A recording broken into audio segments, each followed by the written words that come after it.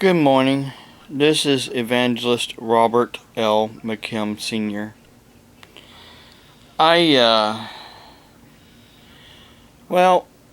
Excuse me, my cat decided to get in the video here. They think that, the sun is out and they like looking out the window here. But we don't have much sun here in Ohio because it's been cloudy a lot and rainy a lot. It's fall. I love the pretty trees when they change, but I don't like what's going to be coming after the fall. Well, they're talking about on the news still here about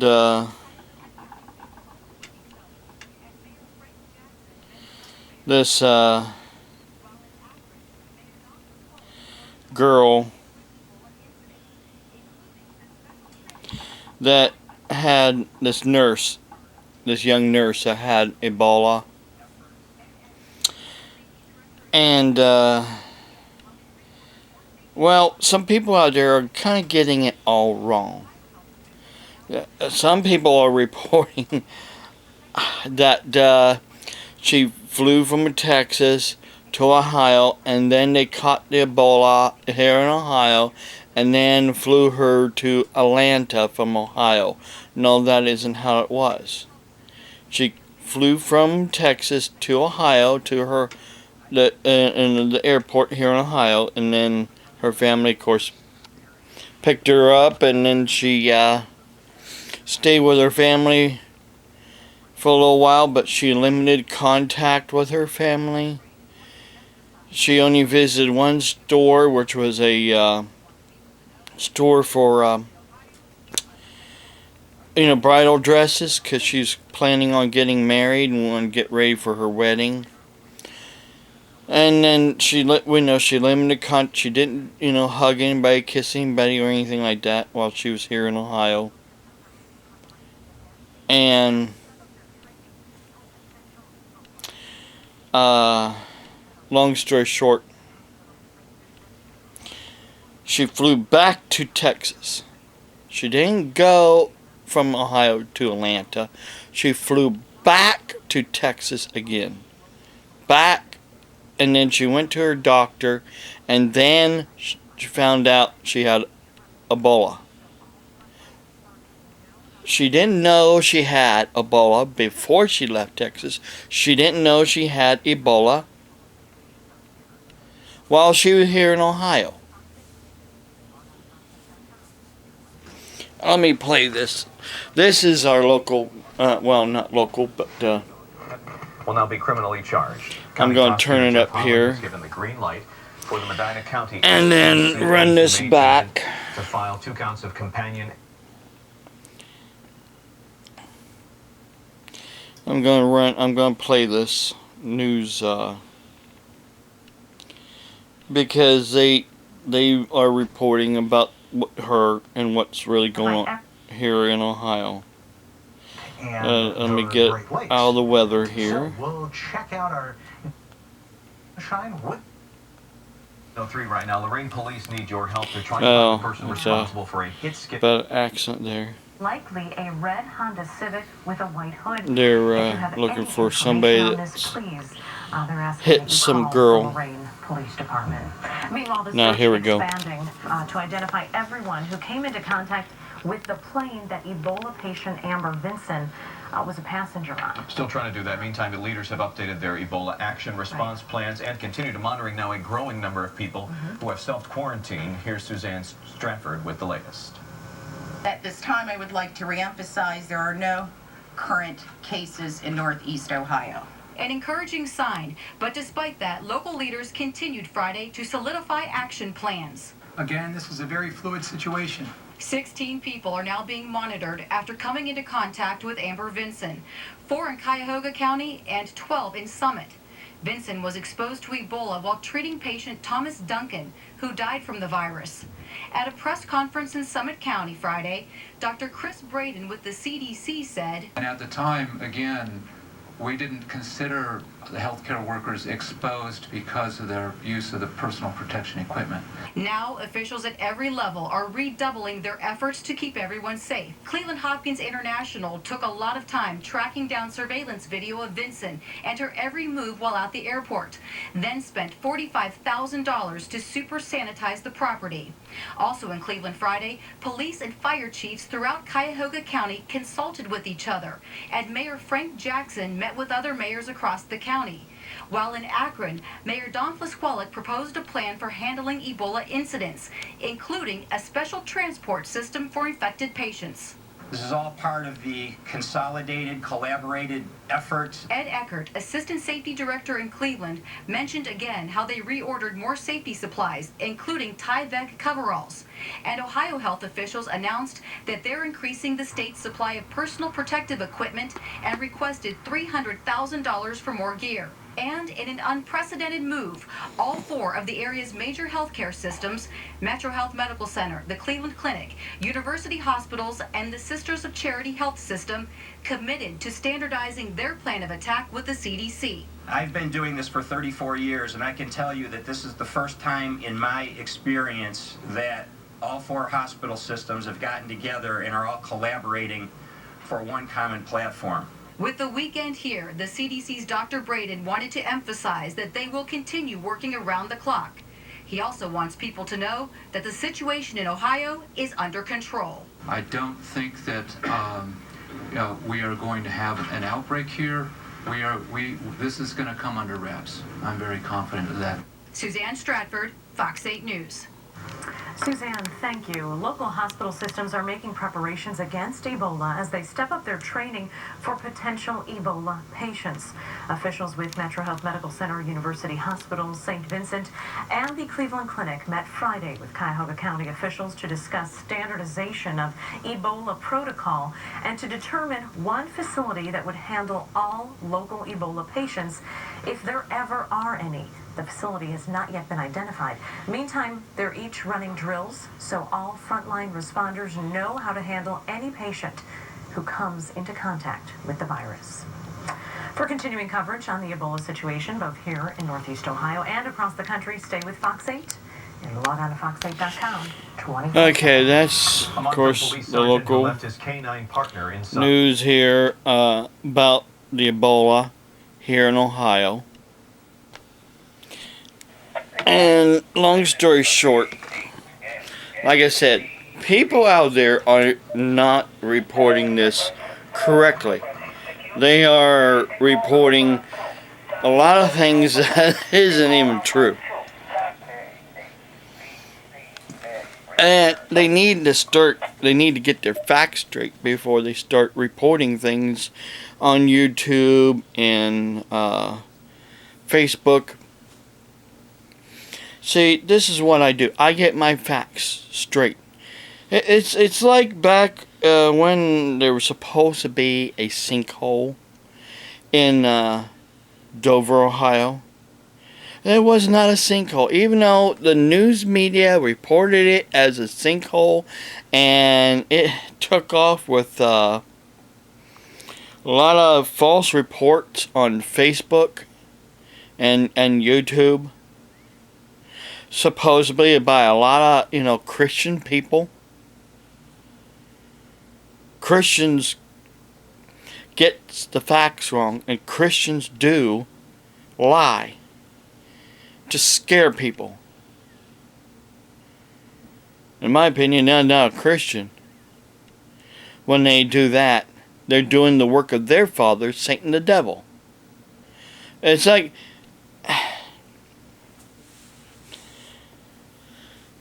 the Cold War. Russia had, agents in the United States and other countries. Double agents, basically.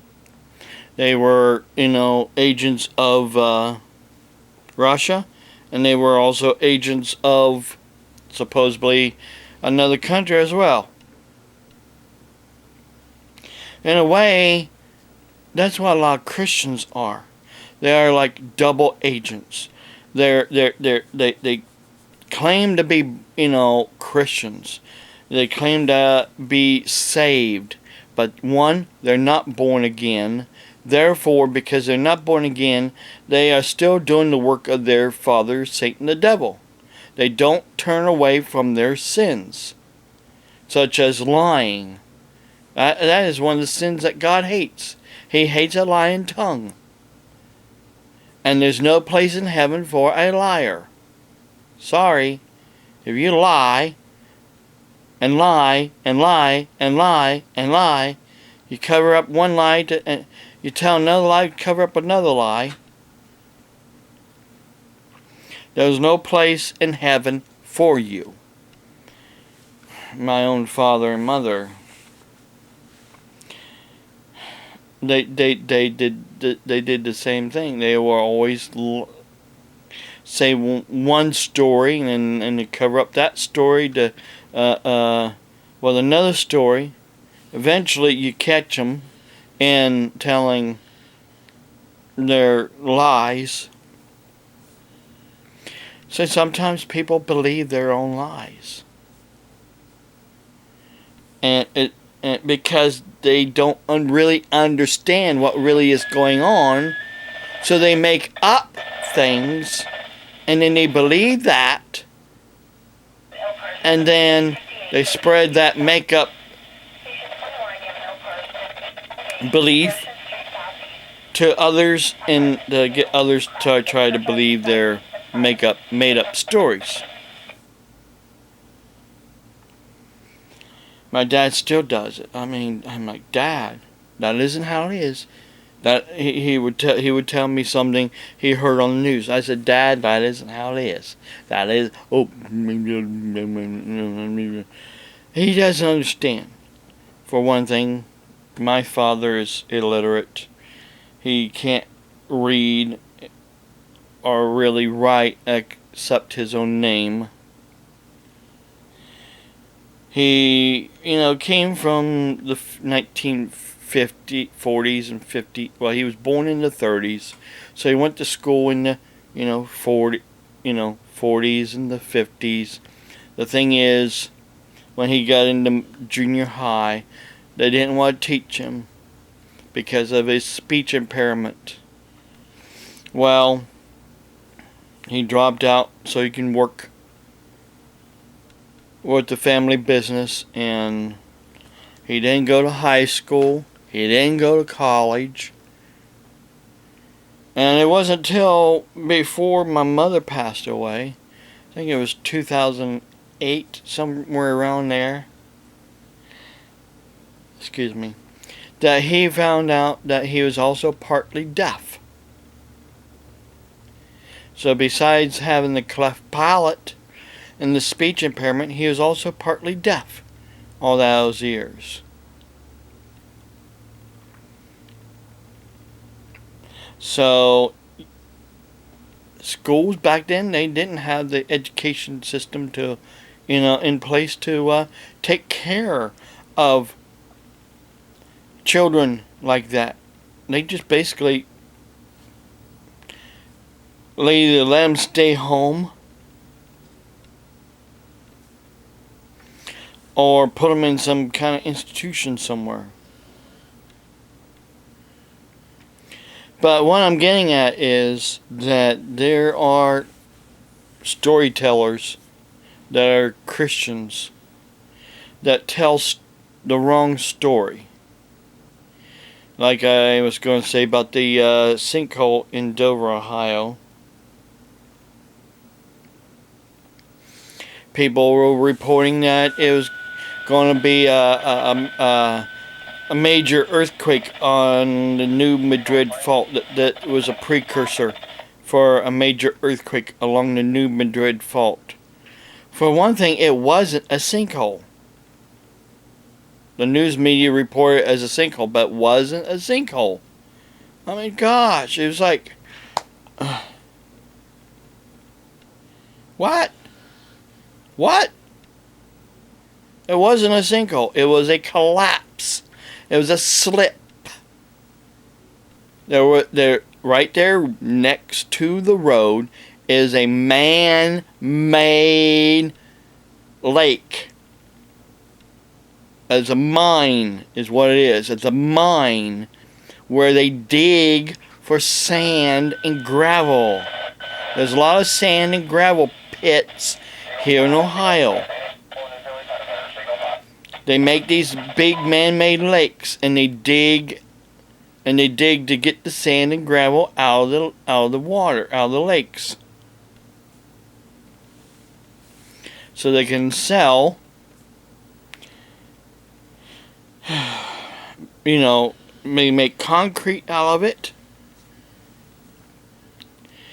The thing is, I'm trying to get across is that the ground, they dug too close to the road. The water got under the ground and under the road, causing it to slip. Not sink. It didn't sink nowhere. It slipped. I even talked to the mine experts that was there. They had a good laugh when I told them what people were saying on Facebook and YouTube. Because people are stupid. There's a man that had a ministry, and he basically given up his ministry, his YouTube and his Facebook ministry sites, because he's tired of people calling him names. Like they call me names on my Facebook and my YouTube. And mainly one person out of everybody that comments calls me names. And that person's supposed to be a Christian. They want to be my friend again on Facebook.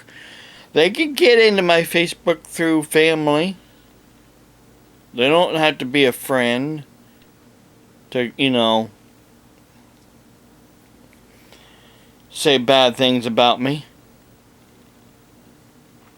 They're starting to read some of the books that I'm reading, and I have, such as Mystery of the Samhita. Well, actually, they're going to be getting this book. I got the book. I read the majority of it. I've highlighted the graphics about the stock market lowering during the Samhita years. I have many other books as well. I have Jonathan Cahn's other book that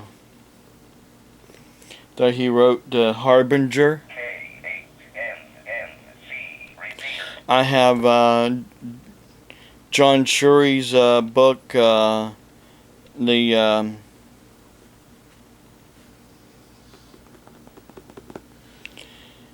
yeah, my brain's drawing a blank right now. I'm thinking of the Blood Moon with right now. The original author.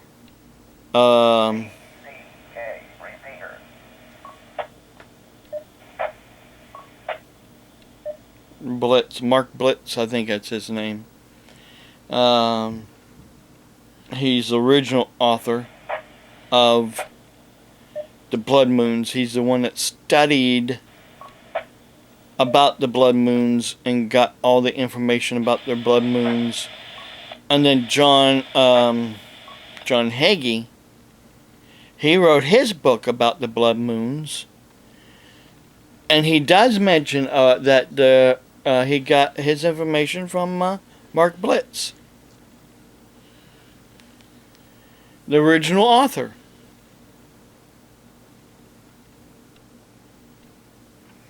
Thing is, a lot of people, they just want to go, oh, John Hagee's book, buy John Hagee's book, buy John Hagee's book.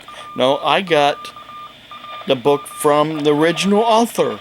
Why get second-hand information when you can get first-hand information? First off, the Bible. And that's where a lot of information that Mark Blitz puts in. Because he is... originally he's Jewish, but he's Christian, He's not a rabbi. He's a minister, pastor of a church out in the state of Washington. Long story short, I got his book, and I also got the Harbinger, this one here, and I got John Shorey's book about the possibly when the rapture will take place. He's not saying, here's a certain date that Jesus come back. No, he's saying that we are window. That's what it is. We are in the window. We are in that broad window. He's given a broad window. Because he's seen the signs of the times.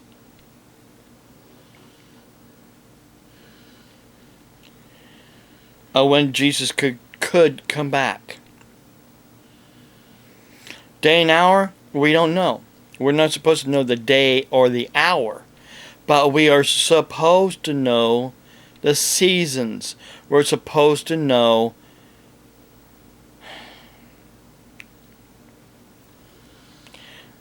some people say where Jesus talked about in Matthew 16, where he's telling the Pharisees, you can see the signs of the weather in the sky, but yet you don't want to discern the signs of the times. They didn't want to discern the signs of the times back then when he was on earth. They wanted a miracle. They wanted a miracle. They wanted him to, perform some kind of a miracle to prove that he was Jesus Christ. That he was the Christ. That he was the Messiah. But Jesus said, you will see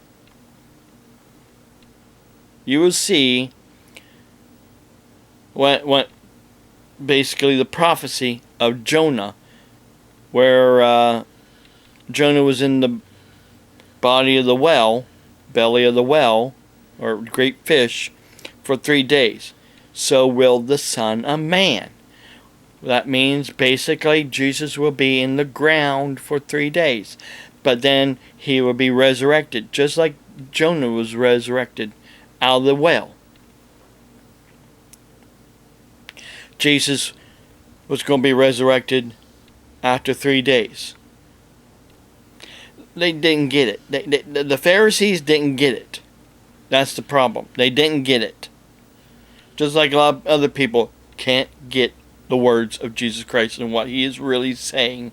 They want to make something up. They want to pick things here, pick things there, pick things there, and pick, and say, well, Jesus said this, like, let our hearts not be troubled. But they don't want to look at the rest. They don't want to look at the verses before it. Oh, then they did, what? Wait a minute, it says, don't let your hearts be troubled, don't let your hearts be troubled, don't let your hearts be troubled.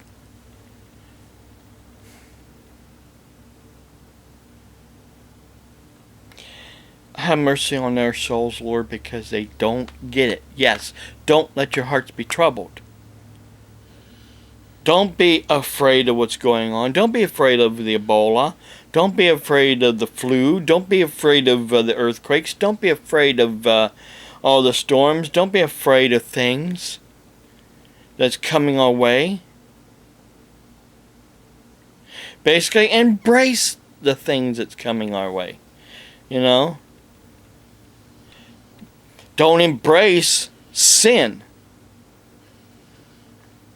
Don't embrace gays and lesbians and their sin. But, embrace everything that's going on, because this is what is supposed to happen. Don't be afraid of it. Just say, well, we're in the times of sorrows. Then we'll be coming to tribulation. When we see the Antichrist standing in the holy place, then we know our time is near. Because we will be handed over for times and a half time. Or 42 months, 3 years. We will be handed over to the lawless one for 3 years. Christians will be handed over. We will go through 3.5 years of tribulation. Are you prepared? Are you prepared for the sorrow? See, that's another thing too. He gave us all this information so we can prepare. Don't let our hearts be troubled, because we can prepare for this stuff that's coming our way. Prepare. Get ready. Have emergency supplies. Have emergency food. Whether it's the food that I had bought that comes in Mylar packages, and you just add water and heat it up. Or canned food. Because when when there's a run on the stores, there isn't going to be no meat. There's not going to be no canned food or box food. Might be a bunch of junk food left. Long story short, just get ready, get stocked up. Don't let your hearts be troubled. Just get ready. Get ready. Get ready. Get your soul ready. Ask Jesus into your heart. Ask Jesus to forgive you of your lying and your deceiving ways. I pray in Jesus' name, Lord, that people that are listening to me will get ready for what is to come. Get ready to get their souls ready, get their life cleaned up, and back with you again, Lord. Become born again, Lord. And I pray that they get ready with emergency supplies, emergency food, whatever they need, Lord. Let them get ready. Let them prepare for what is come. Because the word says a prudent man sees what is to come and prepares. A foolish man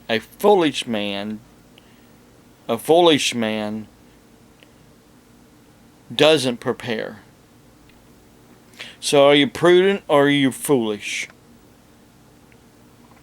Listen, time's almost up here on my camera, so I'm gonna get off here and get this started downloading. God bless you. Have a blessed day.